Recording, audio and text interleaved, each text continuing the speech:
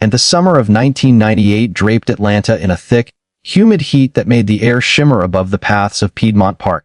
And families spread out across the green expanse like colorful quilts, blankets dotted with picnic baskets, children shrieking as they chased each other, and vendors calling out for cold lemonade and snow cones. The scent of grilled hot dogs and cut grass hung everywhere. For Aisha Johnson, 28, and it was supposed to be one of those perfect Saturdays that stitched families closer. She wore a bright yellow sundress that caught the light against her deep brown skin, and her braids neatly gathered at the nape of her neck. Her 3-year daughter Zuri walked beside her, small brown hand wrapped securely in Aisha's, and pink dress swaying with each bouncy step. Zuri's curls framed her round face, her wide eyes sparkling as she pointed at a cluster of red balloons drifting above the crowd, and Aisha's sister, cousins, and a few friends had joined them. Laughter rolled easy between them, stories of work, jokes about old family quirks, and the kind of talk that made the world feel small and safe. Near the edge of the picnic area, under the shade of tall oaks, they paused for goodbyes, and Aisha knelt to adjust Zuri's sandal strap, kissed her forehead, then stood to hug her sister. "See you next weekend," she said, arms lingering a moment longer than usual, and in that heartbeat 3 seconds, maybe 4, when her eyes flicked away, Zuri's hand slipped free. Across the lawn, 40 yards away, Emily Hayes watched. 35, and pale skin already pink from the sun, blonde hair pulled into a low ponytail, blue eyes scanning the park behind dark sunglasses. Beside her sat Robert, and her husband of 10 years, tall and fair, quiet in the way men sometimes when they carry unspoken disappointment. They had no children. Years of doctor visits, and hormone shots, failed rounds of IVF, and quiet nights staring at an empty nursery had worn them thin. Emily had begun to believe the universe owed them something, and then she saw Zuri, light-skinned, curly-haired but soft-featured, small enough to blend. "Look at her," Emily whispered, voice low and urgent. "She could be ours, and no one would even ask." Robert hesitated, then nodded. The thought wasn't born of malice in the loud sense. It came wrapped in the quieter violence of entitlement, and the assumption that a black child would be better off raised white, that her heritage could be quietly erased, and that they had the right to decide what kind of life she deserved. The moment arrived like choreography. Aisha turned fully to embrace her cousin. The crowd shifted, and a family walking between them, a dog barking, laughter swelling. Emily moved first. She stepped forward, bent smoothly, scooped Zuri into her arms with a soft "and it's okay, sweetie," and kept walking. Zuri whimpered once, confused, then went still against the unfamiliar shoulder. Robert followed close, face blank, heart hammering, and they slipped through the throng toward the parking lot, blending into the white families heading home. No one turned. In a park full of people, and a small black girl vanishing into white arms looked like nothing at all, just another child being carried by her mother. They drove north in silence, and 40 miles to a quiet suburb of identical brick houses, wide driveways, and American flags on porches. Inside their home, Emily set Zuri down in the living room, and the toddler looked around, eyes wide, lip trembling. Emily knelt, smiled too brightly. "You're safe now, sweetheart, and this is your new home." They renamed her Sophia Hayes that night. Robert typed a new birth certificate on an old computer, shifted her birthday to fit their timeline, and they told neighbors she was adopted from West. Homeschooled her from the start to keep questions at bay. Emily bought clothes in soft pastels, and taught her to speak softly, to walk with her shoulders back. They loved her, or convinced themselves they did, but always with the unspoken rule: blend in. Be ours. And Aisha's scream ripped through the park minutes later. "Zuri! Zuri!" She ran in circles, shoving through bodies, voice breaking. Relatives joined the search. Police arrived and took statements, handed out flyers with Zuri's photo, a smiling toddler in pink, curls framing trusting eyes. But the trail cooled fast. No witnesses, and no security cameras in 1998. Whispers started: maybe she wandered off, maybe she was taken by someone who knew her. Aisha knew better. She felt it in her bones, and someone had stolen her baby. That night she sat on the floor of Zuri's room, clutching a stuffed bear, rocking back and forth. The house echoed with absence. Outside, and Atlanta slept under the same stars. 40 miles away, in a bedroom painted pale lavender, a little girl named Sophia stared at the ceiling, and small hands clutching sheets that smelled of unfamiliar fabric softener. She didn't cry. She just waited for something, someone, to feel right again, and 27 years would pass before the truth found its way back. But on that summer day in Piedmont Park, two worlds collided in a single stolen second, and a black mother's heart shattered. A white couple's dream began, and a child was carried away into a life that was never meant to be hers. And the decision crystallized in the golden haze of that Atlanta afternoon, beneath the sprawling oaks of Piedmont Park. Emily Hayes, 35, and sat cross-legged on a checkered blanket, her pale skin already freckling under the relentless summer sun. Blonde strands escaped her ponytail, sticking to her damp neck, and beside her, Robert scrolled through his phone, jaw tight, the same quiet frustration that had shadowed their marriage for years. No baby, no heartbeat on the ultrasound, and no crib in the spare room that waited like an accusation. They had tried everything: tests, shots, specialists, tears in sterile waiting rooms. Nothing worked, and then Emily saw her. A small black girl, maybe 3, light-skinned with soft curls and bright eyes, toddling after a red balloon. The child laughed, and a sound that cut through the park noise like sunlight. Emily's bridged Robert. Look at her. She's perfect. Not perfect in the way most people mean, an innocent, joyful whole, perfect because she could pass. Light enough skin, and features that could be explained away as exotic, or adopted from somewhere far. In their white suburb, no one would blink twice if they raised her right, and no awkward questions at school events. No sideways glances from neighbors. They could give her the life they believed she deserved, one of piano lessons, private schools, and summers at the lake, while quietly erasing the parts that didn't fit their picture. The thought wasn't loud hatred. It was softer, more insidious, and entitlement wrapped in benevolence. The assumption that a black child's heritage was a burden they could lift by making her theirs. Robert hesitated only a moment, and he asked, voice low. Emily nodded. She looks like she could be ours already. They waited. Watched the mother, Aisha Johnson, dark-skinned, and braids gleaming, yellow sundress bright against the green, turn to hug her sister. The crowd shifted, a family walked between them, laughter swelled. Emily rose smoothly, and steps practiced in her mind. She bent, scooped the toddler into her arms with a murmured, "Come here, sweetie, let's find your mommy," and kept walking. Zuri whimpered once, and confused by the unfamiliar scent of sunscreen and floral perfume, then quieted against the stranger's shoulder. Robert followed close, face blank, and pulse hammering in his throat. They moved toward the parking lot like other couple leaving the park, the child carried naturally in Emily's arms. No screams. No chase. And in 1998, before widespread cell phones and security cameras, a small black girl disappearing into white arms looked like nothing suspicious at all. And they drove north in silence, 40 miles to the quiet suburb of Roswell, wide streets, brick colonials, American flags on porches, neighbors who waved without lingering. And inside the house with pale blue shutters, Emily set the child down in the living room. Zuri looked around, eyes wide, lip trembling. Emily knelt, smiled too brightly. And, "You're safe now, baby. This is your home." They renamed her Sophia Hayes that night. Robert sat at the computer in the den, forging a new birth certificate and shifting her birthday to fit their timeline. They told the few neighbors who asked that she was adopted from out west, a vague story that invited no follow-up questions. And homeschooling began almost immediately.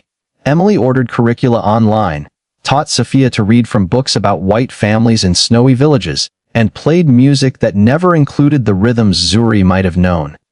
They straightened her curls every morning with hot combs, and the smell of burning hair filling the bathroom.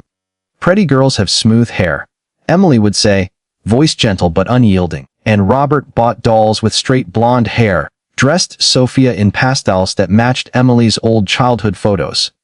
They loved her, or convinced themselves they did, but the love always carried conditions: blend in, be quiet, be like us. Sophia grew up feeling the wrongness settle deep, and mirrors showed brown skin that didn't match the pale faces in framed pictures on the mantel. Her curls fought every brush, and at family gatherings she felt eyes linger a second too long. The rules were unspoken but constant: don't talk too loud, don't sway your hips when you walk, and don't watch shows with those people. She absorbed it all, the way children do when belonging depends on erasure. They believed they had done something kind, and saved her from a life they imagined as lesser. Gave her opportunities she wouldn't have had otherwise. They never saw the theft for what it was: not just of a child, And but of her name, her birthday, her black heritage, her right to know who she came from. They never imagined that one day the truth would rise like heat from asphalt, and burning away the careful fiction they had built. 40 miles away, in a South Atlanta house that echoed with absence, and Aisha Johnson lit her first candle that night and whispered a promise into the dark. 27 years would pass before the stolen child found her way back, but on that summer day in Piedmont Park, a white couple's entitlement collided with a black mother's world, and everything changed in the space of a single, stolen breath. And the silence in Aisha Johnson's South Atlanta home began the night Zuri disappeared from Piedmont Park in August 1998. It wasn't the kind of quiet that settles naturally, and it was the absence of a 3-year-old's footsteps, giggles, and sudden cries for mama. Aisha, 28 then, sat on the edge of Zuri's small bed that first night, and, clutching the pink blanket that still smelled faintly of baby powder and playground dirt, she didn't sleep. She stared at the empty crib rails and whispered, "And I'm coming for you, baby. Just hold on." 27 years later, the ritual hadn't changed. Every morning started the same. Before the sun rose fully, and Aisha knelt at the low wooden table in the living room corner she called her altar. A framed photo of Zuri, curly pigtails, gap-toothed smile, eyes bright with mischief, and sat in the center. Beside it a single white candle, the inexpensive kind from the corner bodega. She struck the match, watched the flame catch, and closed her eyes. And the prayer was never long, never scripted, but always the same core: keep her safe. Let her feel me. Bring her home. Some mornings the words came steady, and others they broke into sobs that echoed off the walls.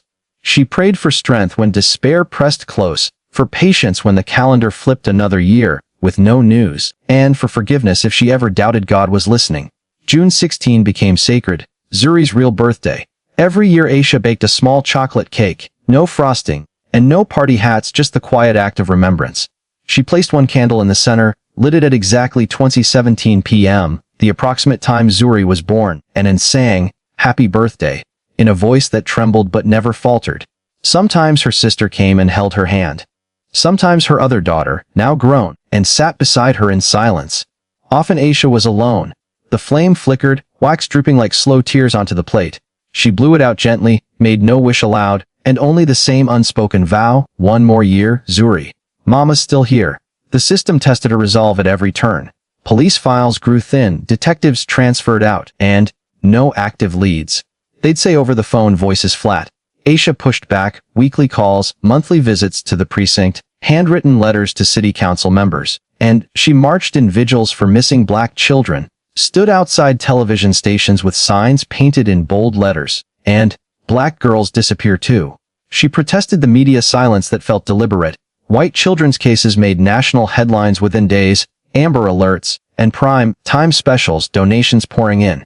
Black children's disappearances rarely broke local news, and when they did, coverage faded fast. And Aisha spoke at community centers, churches, online forums. "My daughter has a name.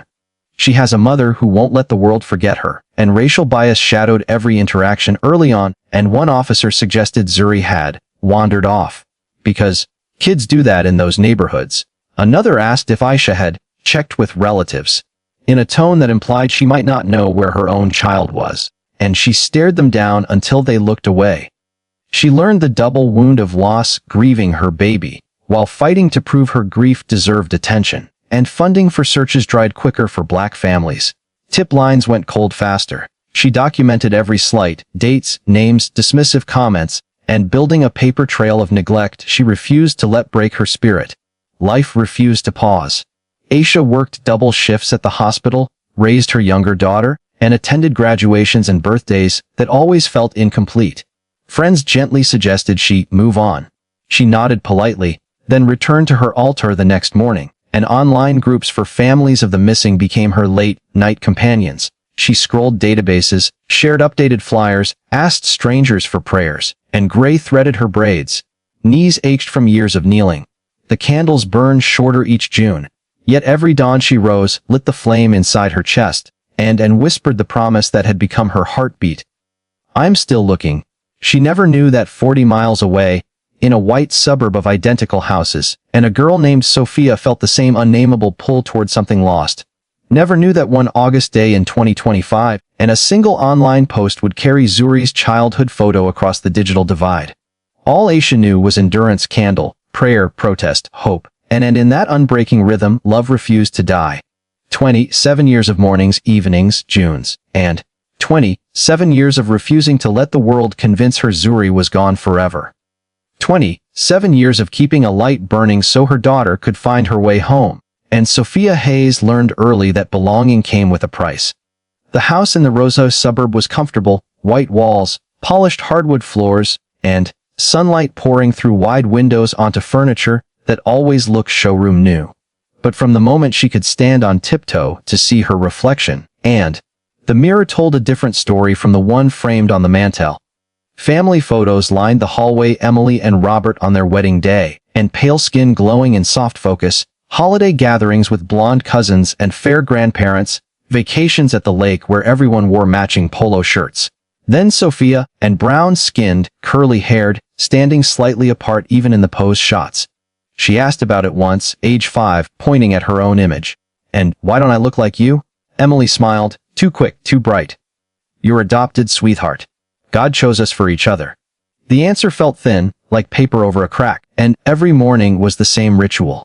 Emily sat Sophia on a stool in the bathroom, hot calm heating on the counter, and the smell of burning hair filled the small space as Emily worked section by section, pressing the curls flat until they hung straight and glossy. "And pretty girls have smooth hair," she'd say, voice gentle but final. Sophia learned to sit still, to ignore the sting at her scalp, to nod when Emily said, "See, and much better."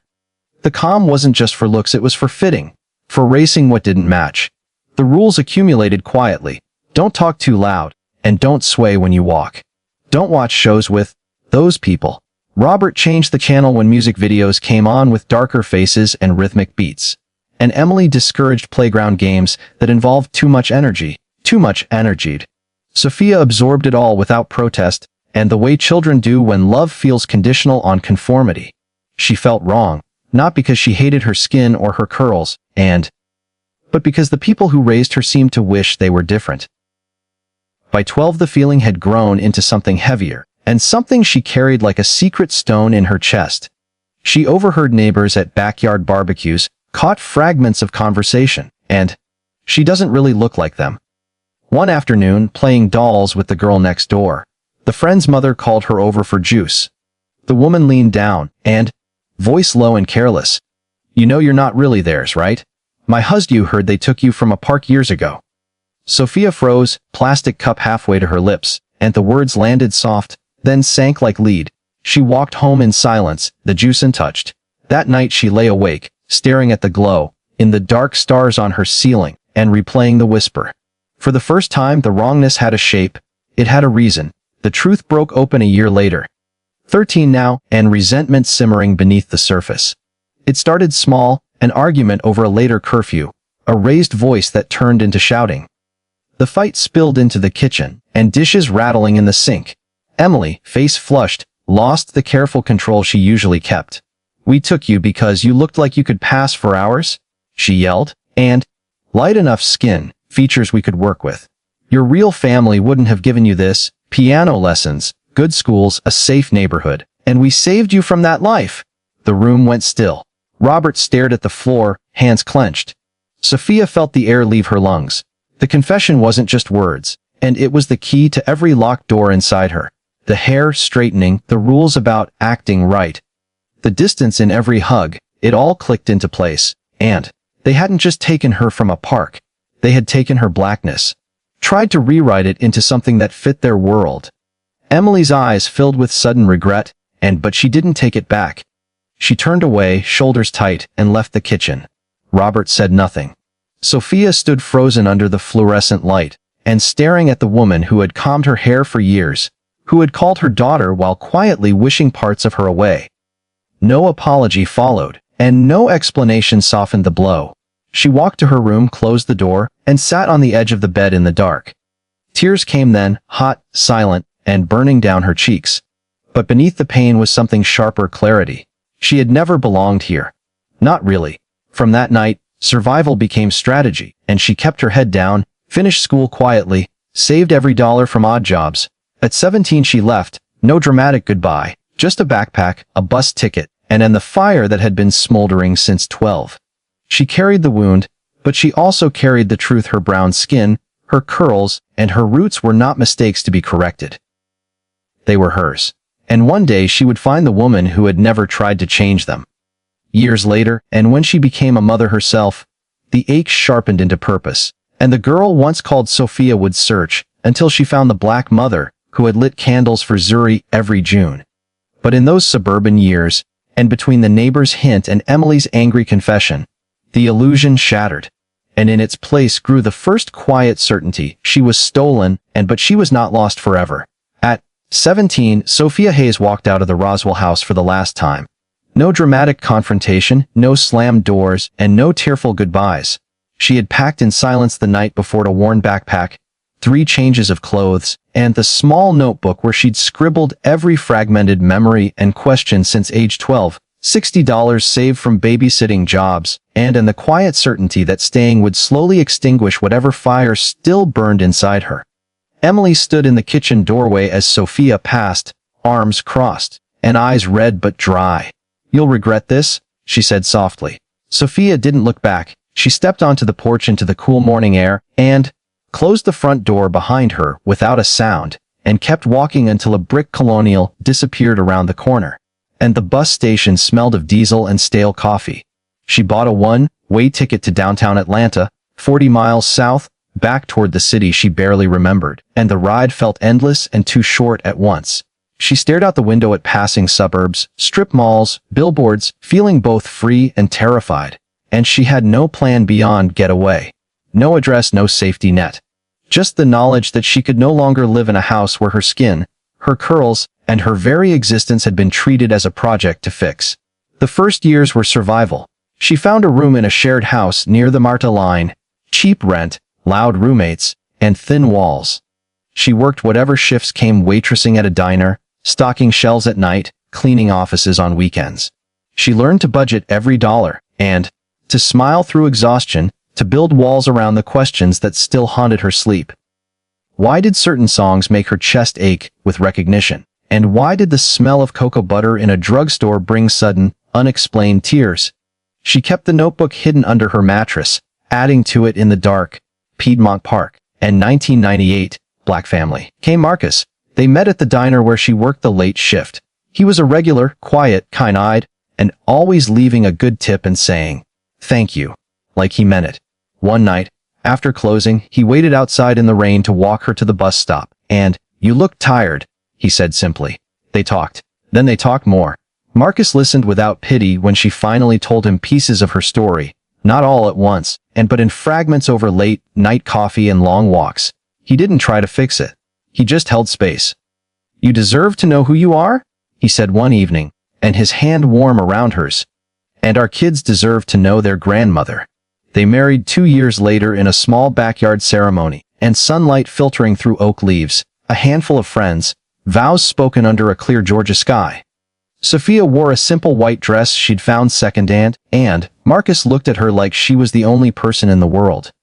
When their daughter arrived a year after that, curly-haired, brown-skinned, and eyes wide with the same curiosity Zuri once had, everything sharpened. Holding her baby girl, Sophia felt the ache bloom into something fierce, and motherhood cracked open the wound she'd carried so long. Every lullaby she sang, every tiny hand that gripped her finger, reminded her, "Someone once held me like this, and someone is still looking." Marcus saw it in her eyes. One quiet evening after the baby was asleep, he set his laptop on the kitchen table. "Start here," he said gently, "and there are groups, databases, stories of missing kids from back then." Sophia hesitated, fear of false hope, fear of confirmation, but the pull was stronger now, and she couldn't raise her daughter without knowing her own roots. She began searching late at night, after Marcus went to bed.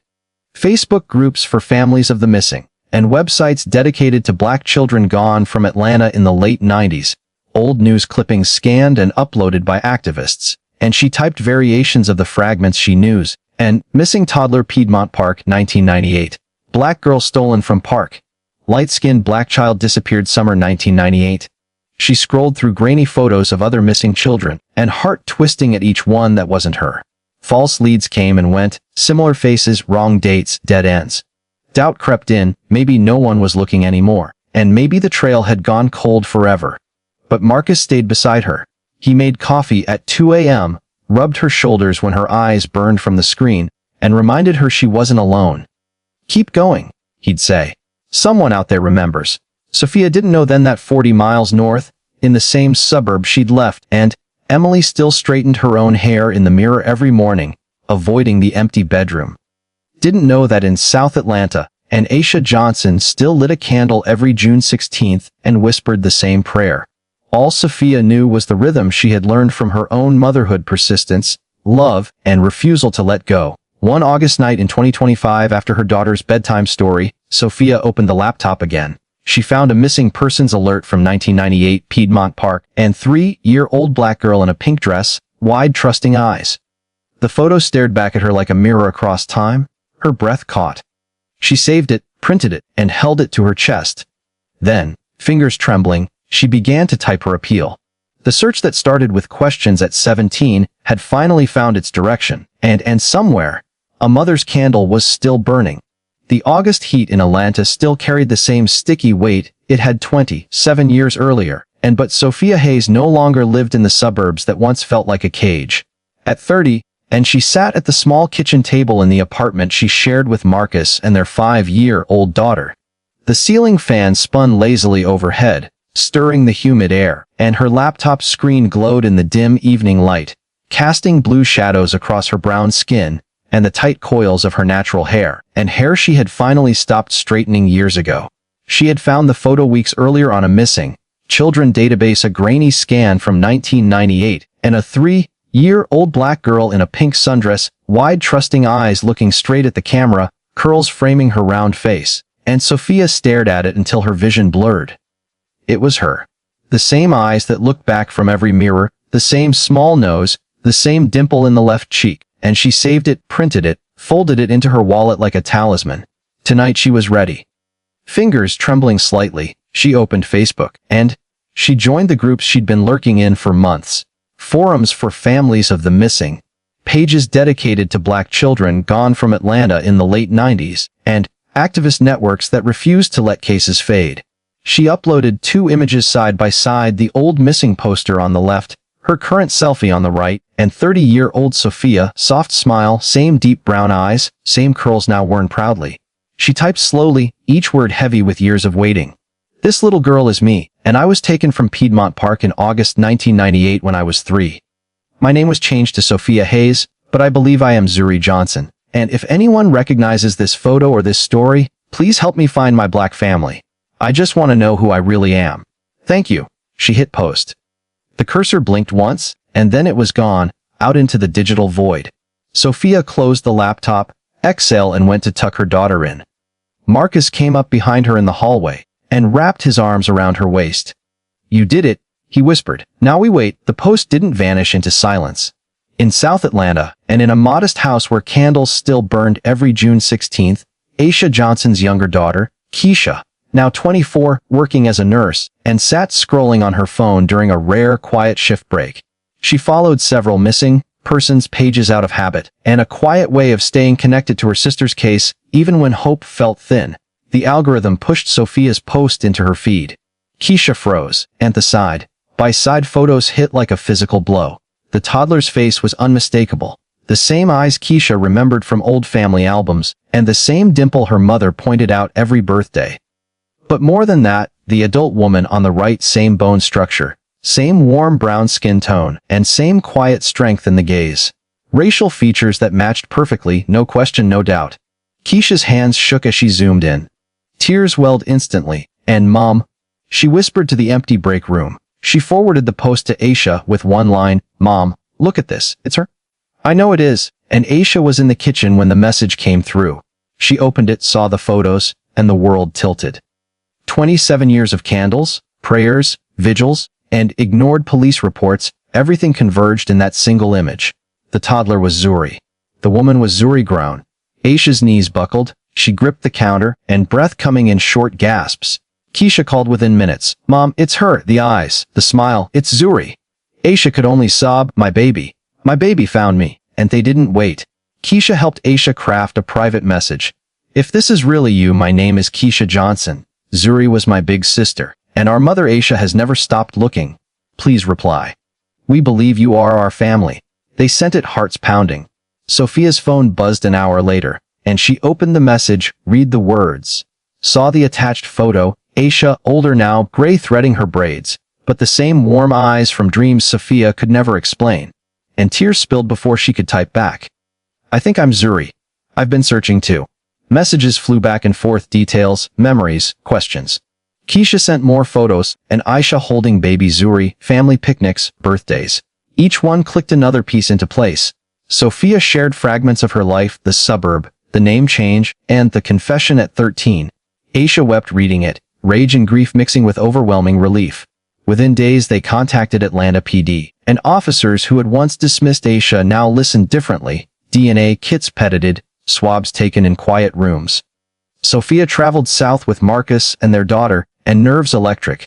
The results came fast, 99.99% match, mother and daughter. The post that started as a desperate plea had bridged 27 years in a matter of weeks, and a black mother's unbreaking hope met a stolen daughter's quiet courage. And in the space between one screen and another, a family began to heal, and the results arrived on a crisp October morning in 2025, and delivered by an Atlanta PD detective who had once dismissed Aisha's calls as another cold case. The envelope was plain manila, but inside it carried 27 years of waiting.